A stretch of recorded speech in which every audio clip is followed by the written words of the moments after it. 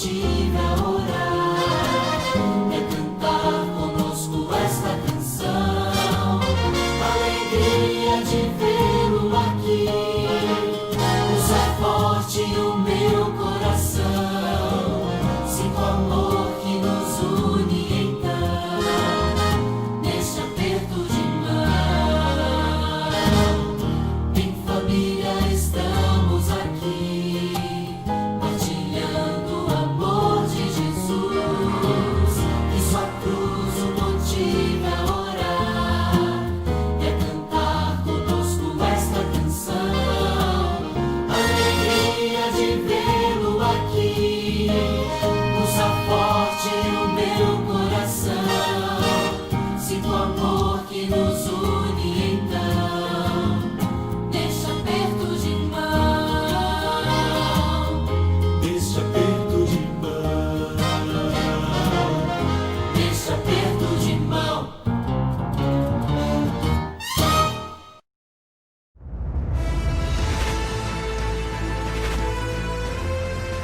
Provai e vede. História de hoje: uma chama acesa. Para cumprir o ídolo de Jesus, eu e minha família fomos enviados para a Ásia Central, através do projeto Missionários para o Mundo, que enviou 25 famílias da América do Sul para vários lugares desafiadores do planeta Terra, para a pregação do Evangelho ao redor do mundo. Nosso objetivo aqui no Quirguistão foi estabelecer um contato mais próximo com a população nativa, na cidade de Osh, na parte sul do país. A primeira coisa que fizemos foi nos adaptarmos à cultura e estudarmos o idioma russo.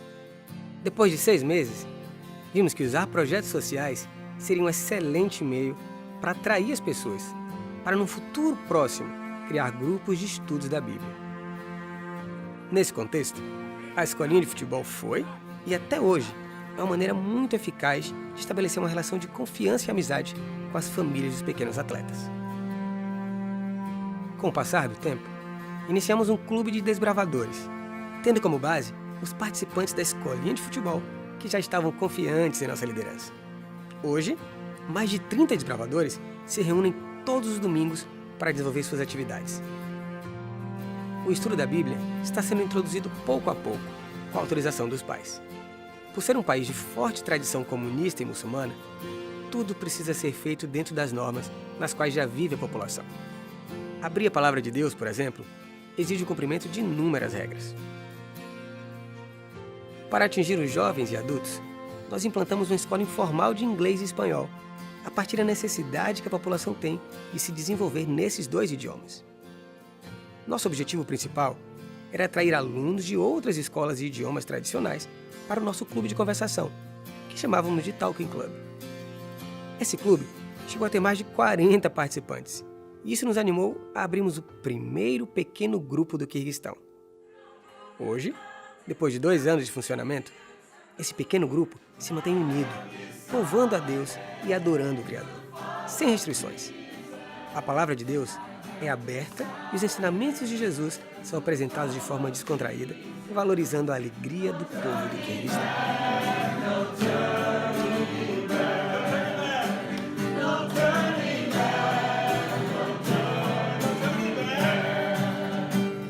É uma alegria ver como o Evangelho tem alcançado as pessoas nos lugares mais distantes do planeta. Esse avanço da mensagem adventista, porém, só é possível porque você, querido irmão, tem contribuído através dos seus recursos financeiros para que a obra missionária seja pregada ao redor do mundo. As ofertas dos membros da Divisão Sul-Americana permitem que o projeto Missionários para o Mundo se estenda por mais 5 anos. Por isso agora eu convido você a fazer parte desse momento especial de adoração a Deus, através dos dízimos e ofertas. Que Deus os abençoe. Provai e vede.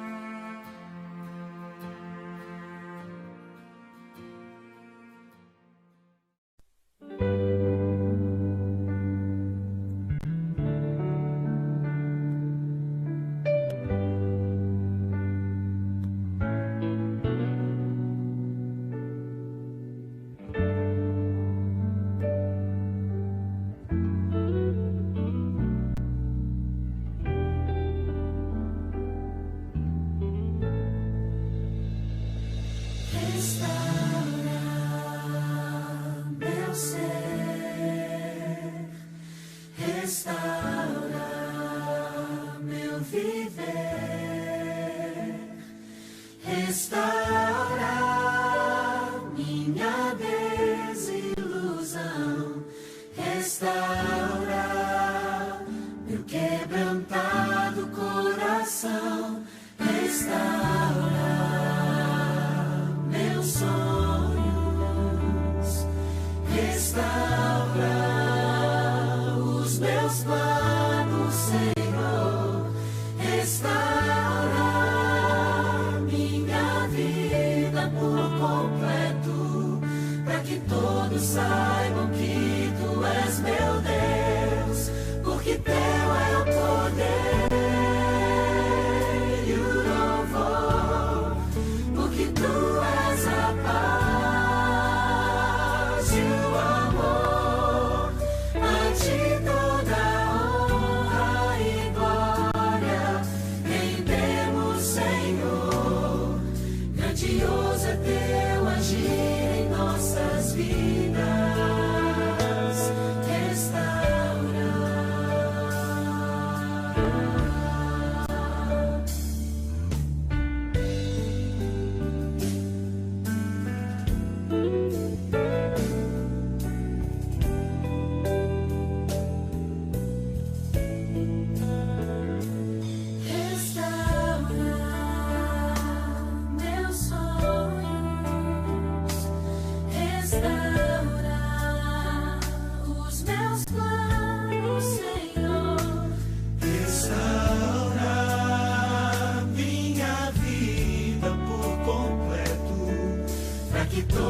Saibam que Tu és meu Deus, porque Teu é o poder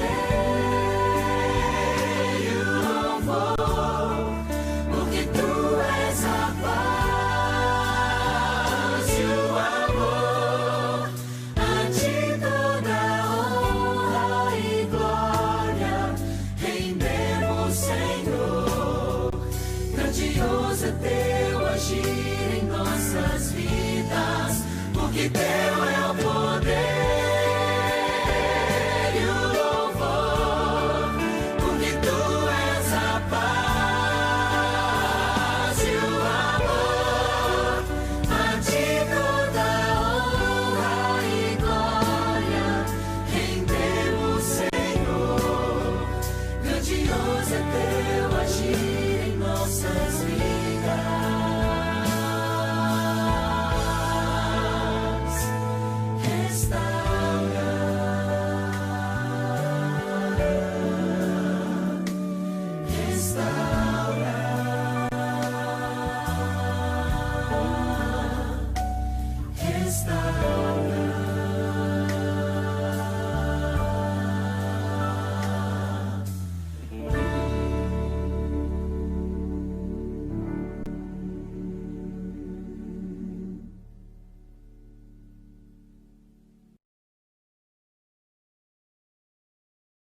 Olá, querido amigo, querida amiga, amados irmãos em Cristo Jesus.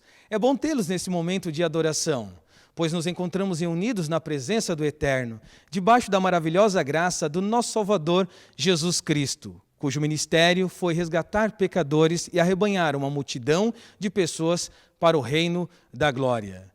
Por essa misericórdia declarada a cada um de nós, através das Sagradas Escrituras, podemos nesse exato momento louvar o nome do Eterno. Portanto, quero te convidar a entoar louvor a Deus. Cantemos juntos.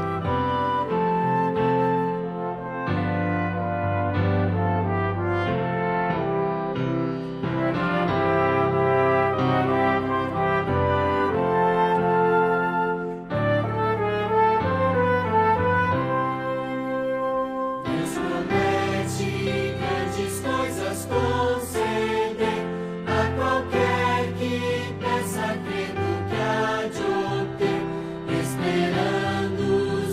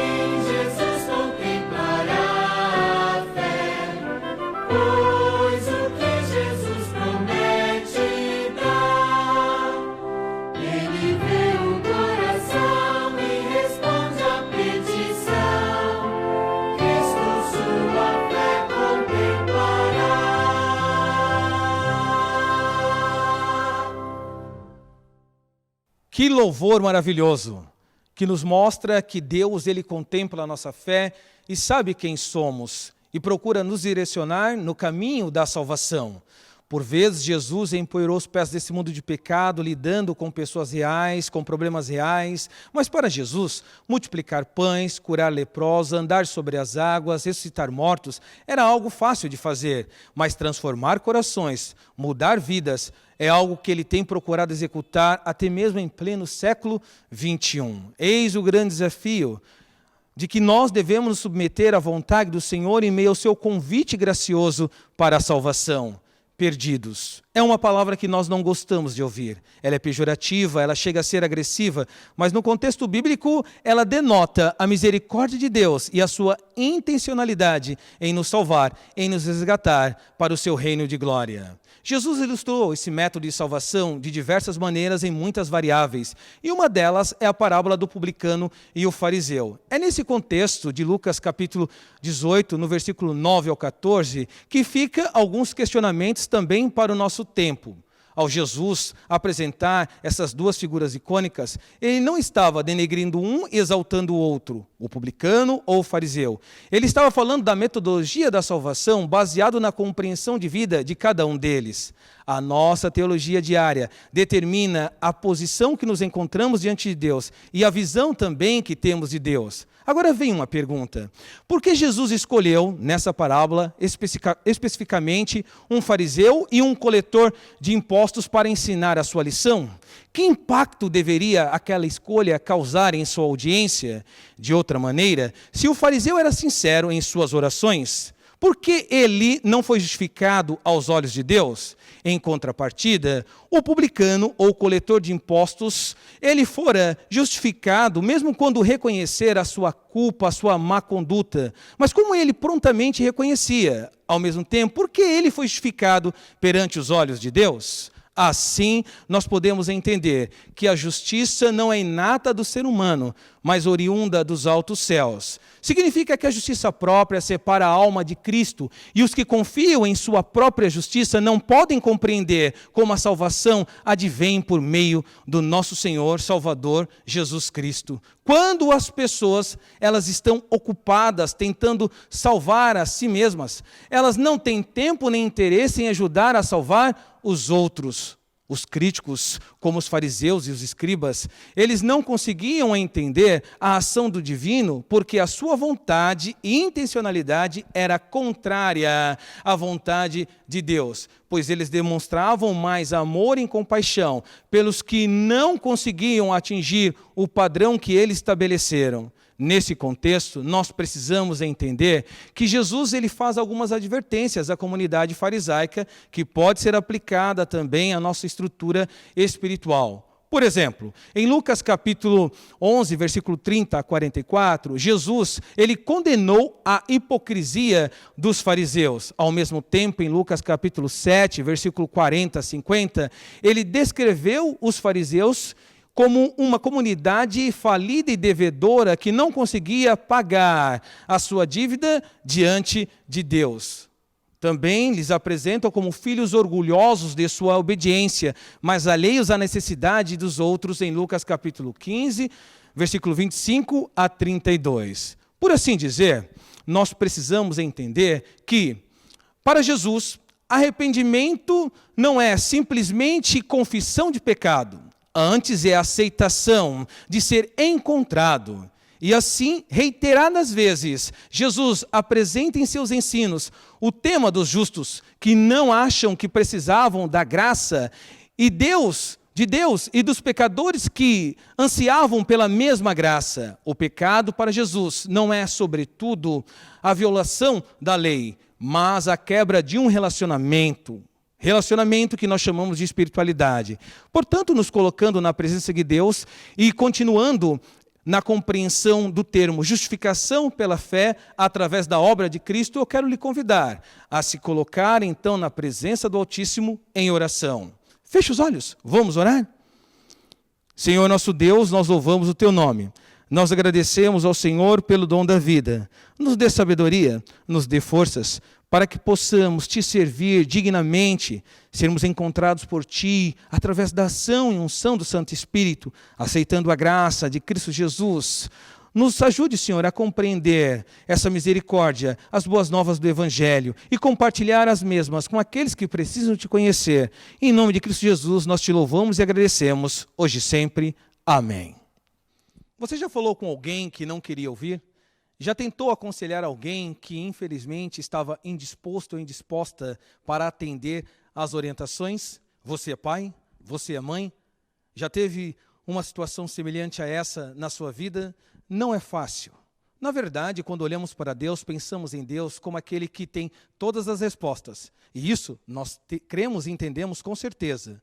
No entanto, vemos em toda a apresentação bíblica que Deus ele teve alguns desafios ao lidar com a natureza humana no aspecto que envolve a volição, a vontade. De forma que Jesus disse assim que onde está o vosso tesouro, aí estará o vosso coração. Jesus, mais do que um sábio, o divino encarnado, ele procurou orientar quanto à salvação. Portanto, o texto que leremos nesse momento se encontra no capítulo 18 de Lucas, mais precisamente no versículo 9, que narra a parábola do publicano e o fariseu. Abra sua Bíblia em Lucas capítulo 18, versículo 9 ao 14. Vamos ler? E diz assim: propôs também esta parábola a alguns, que confiavam em si mesmos, por se considerarem justos e desprezavam os outros. 2 homens subiram ao templo, dizia Jesus, com o propósito de orar, um fariseu e o outro publicano. O fariseu, posto em pé, orava de si para si mesmo, desta forma: ó Deus, graças te dou, porque não sou como os demais homens, roubadores, injustos e adúlteros, nem ainda como este publicano. Jejuo 2 vezes por semana e dou o dízimo de tudo quanto ganho. O publicano, estando em pé, de longe, não ousava nem ainda levantar os olhos ao céu, mas batia no peito, dizendo: ó Deus, se propício a mim, pecador. Digo-vos que este desceu justificado para a sua casa, e não aquele, porque todo o que se exalta será humilhado, mas o que se humilha será exaltado. O que nós entendemos dessa parábola? Na verdade, há uma dificuldade aqui que Jesus está procurando corrigir, que é a aceitação do poder de Deus e a submissão ou disposição para servir. Quando Jesus narra a parábola do publicano e o fariseu, ele salienta nessa parábola que devemos entender quem somos e quem é Deus, corrigir a nossa postura também diante de Deus. Porque o pensamento que temos de Deus reflete a teologia diária de cada dia. E Jesus apresenta o fariseu e o publicano. Lembrando que o fariseu pertencia à casta sacerdotal, por vezes, no topo da pirâmide judaica, e o publicano era uma pessoa marginalizada, não tão reconhecida socialmente, nem sequer reconhecida socialmente, e muitas vezes ele era tratado com indiferença, inclusive no aspecto espiritual. Lembramos que na sociedade judaica, a vida social e espiritual não se separavam, elas estavam unificadas. O que era uma, deveria ser a outra. Afinal de contas, Deus se encontrava em todo lugar e somos adoradores de Deus. Essa era a percepção que o povo de Deus deveria ter. Quando Jesus contrasta os 2 homens ao subir ao templo e estar ali para adorar, ele fala que eles estavam no lugar certo, fazendo a coisa certa, mas a motivação é questionada. Para o fariseu, ele apresenta na sua oração um monólogo de si para si mesmo. Por que Jesus dá essa ênfase? Porque aparentemente ele não estava considerando os interesses de Deus, mas os seus próprios interesses. Pois na sua oração, ele a apresenta para convencer Deus a atendê-lo. Ele apresenta uma oração na forma de perfeição, o ideal de Deus através da oração sendo apresentada para o Supremo, o qual ele estava adorando. Só que nós ainda não somos o ideal de Deus, e ele deveria compreender. O Senhor que está narrando a parábola, Jesus, veio para salvar, e portanto ele dá essa ênfase. Como salvar aquele que não tem necessidade de salvação? Como ajudar aquele que não quer ou deseja ser ajudado? O fariseu apresenta alguns atributos espirituais envolvendo a conduta moral, também no aspecto espiritual, tentando convencer Deus a flexionar em benefício dele. Nesse monólogo, ele apresenta as obras como a justificação da sua fé. Mas a Bíblia apresenta que a salvação é pela fé, mas a fé em Jesus Cristo, a fé no Senhor da salvação. As obras, elas existem para refletir o caráter de Deus em nós e honrar a Deus na sua glória. Somos salvos pela fé, mas somos salvos para executar as obras da salvação. É isso que devemos entender. No entanto, por vezes, eu não sei você, mas eu já me encontrei orando como se fosse o fariseu, no monólogo espiritual. Só que a oração, nela há um processo de retroalimentação. O que é isso? É uma via de mão dupla. Ela vai e tem que voltar. Ou seja, nós estamos em oração diante de Deus e Deus também deseja se comunicar. Nós estamos comunicando a Deus e Deus deseja se comunicar. A oração não faz com que Deus desça até nós. Pelo contrário, nós somos exaltados, elevados à presença de Deus diante do trono da graça. Você já parou para pensar que privilégio é esse de estarmos na presença do Senhor em oração?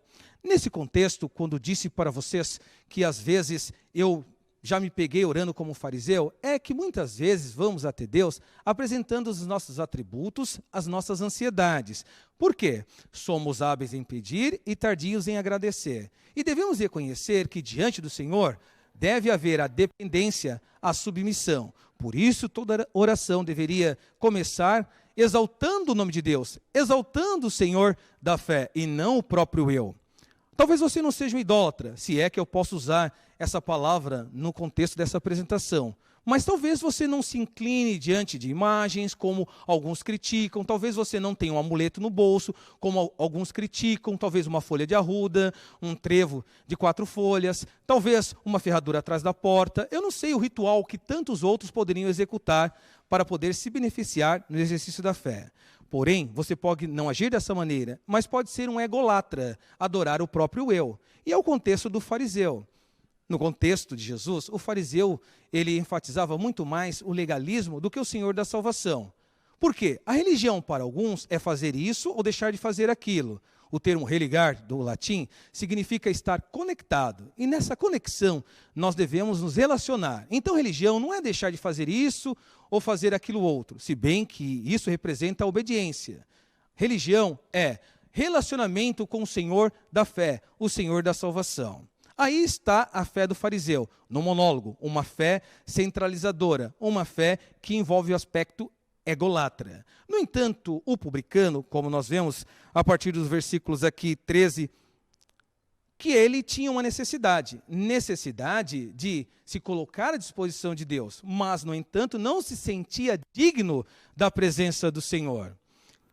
Muitas vezes nós chegamos até Deus e falamos das nossas ansiedades, dos nossos desafios, mas quantas vezes estamos parando para ouvir a voz de Deus? Nós podemos ouvir a voz da consciência, ouvir a voz do diabo e também ouvir a voz do Senhor falando ao nosso ser. No contexto bíblico, o publicano não consegue elevar os olhos. Ele se sente indigno e também totalmente dependente. E ele faz a oração do clamor. Qual é a oração do clamor? Se possível, seja propício, atenda a mim, Senhor, caso o Senhor queira. Algumas vezes, como sacerdote, eu tenho visto as pessoas falando assim: convida aquela pessoa para orar, ela faz uma oração tão bonita. Diante de Deus, não importa a oração feia, a oração bonita, a oração é oração. Oração é entrega. Oração não é uma articulação de palavras, não é um ato de verbalizar somente, sendo que isso faz parte do processo. No entanto, a oração é entrega, é reconhecimento, porque quando vamos até alguém pedir algo, alguma coisa, nós temos que entender que aquela pessoa está apta a me atender, a me abençoar. Logo, quando chegamos até Deus, nós temos que reconhecê-lo como supremo, como Senhor da fé, e não inverter ou polarizar essa situação. Sabe por que digo isso? Porque quando o publicano ele se coloca na dependência, o Senhor da parábola, o Senhor da fé, ele declara que esse foi quem desceu justificado. Este desceu justificado do templo. Já o fariseu, ele desceu talvez até do templo, até meio satisfeito. Ele estava bem consigo mesmo. Mas, em suma, faltava-lhe algo. O que era esse algo? Reconhecer a sua dependência, a necessidade de transformação. E quando o publicano ora, o Senhor exalta a fé do publicano, porque o publicano, além da sua indignidade, ele reconhece a sua dependência e sabe a quem está recorrendo. Porque o que movimenta Deus não são palavras. O maior argumento diante de Deus são as nossas necessidades. E lembrando, Deus é sábio demais para errar e bondoso demais para reter as bênçãos. Bom, nós falamos da fé do fariseu, da fé do publicano, mas implicitamente aí também, na parábola do capítulo 18 de Lucas, há a fé do Senhor da parábola. E quem é o Senhor da parábola? Jesus, o nosso mestre amado. Sabe, quando Abraão confiou em Deus, e ele é considerado o amigo de Deus, ele confiou naquele que não pode falhar. Mas quando Deus confia em nós, o que somos? Veja, não somos o ideal de Deus, somos seres transitórios, estamos numa jornada espiritual nesse mundo de pecado. Logo, eu e você deveríamos parar, repensar a nossa posição e lembrar a quem servimos, por que existimos e para onde estamos indo. O Senhor da parábola, que é Jesus, confia em nós a ponto de descer a esse mundo de pecado e empoeirar os pés, nos ensinando, ministrando a palavra da salvação, atendendo às orações. Sabe, muitas vezes desconfiamos de Deus, mas não precisamos. Se nós olharmos Jesus no seu ministério messiânico, perceberemos que o maior interessado em nos abençoar é o próprio Deus, mais do que estamos dispostos ou interessados a pedir para o Senhor as bênçãos dos altos céus. Você lembrou de Deus no dia de hoje? Você orou? Sabe, alguns dizem assim, orar para quê? Jesus, ele viveu o seu ministério em constante oração. Aquele que multiplicou pães, ressuscitou mortos, curou leprosos, ele também dobrava os joelhos para orar. A oração não é somente uma questão de necessidade, por causa do arrependimento, do pecado. Envolve algo mais. É comunhão, é relacionamento. Jesus não pediu perdão pelos pecados. A necessidade de Jesus era estar em comunhão com os altos céus. E ele sabia como funcionava isso. Por vezes ele fala, nós temos um pai, vocês têm um pai nos altos céus. Ele partia o pão, lembrava, olhando para os altos céus, as providências do divino. Ele iria ressuscitar, ele dá graças na ressurreição de Lázaro, sabia de onde vinha a providência. Deus é providencial. Termino com você lhe perguntando o seguinte, qual o teu problema? Qual o teu desafio? Há algo que te incomoda? Lembre-se que há problemas para você, mas nós temos a solução, e a solução é Deus. Ele é o Senhor da matemática e Ele sabe o que é necessário para a nossa edificação espiritual. Porque nem tudo que pedimos conseguiremos receber, e é arrogância achar que seria dessa maneira. Mas aquilo que é necessário para a nossa salvação, o Senhor concederá. Que Deus te abençoe e te guarde, e que possamos prosseguir na jornada espiritual de cabeça erguida. O Senhor da salvação é por nós. E se Deus é por nós, quem será contra nós? Eu quero te convidar para essa oração final. Feche os olhos aí onde você está. Incline a sua fronte. Vamos orar? Senhor nosso Deus, nós louvamos o teu nome. Nós agradecemos ao Senhor pelo dom da vida. Abençoe, Senhor, os teus filhos que se encontram nesse mundo de pecado. Nos abençoe com a tua presença em meio às adversidades, Senhor, em meio ao isolamento social, em meio ao contexto pandêmico, em meio às crises relacionais, em meio à crise financeira. Abra as portas, Senhor. Abençoe o teu filho e a tua filha. Abençoe também aquele que está passando pela letargia espiritual, em meio ao desânimo. Ajude ele ou ela a ter renovação espiritual. Eu levanto a minha mão direita sobre esses filhos, para que o Senhor lhes conceda, Pai, a unção e a confirmação da fé, através da ação do Espírito Santo e unção do mesmo, em nome de Cristo Jesus, hoje e sempre. Amém. Que Deus te abençoe, te guarde e te dê a paz.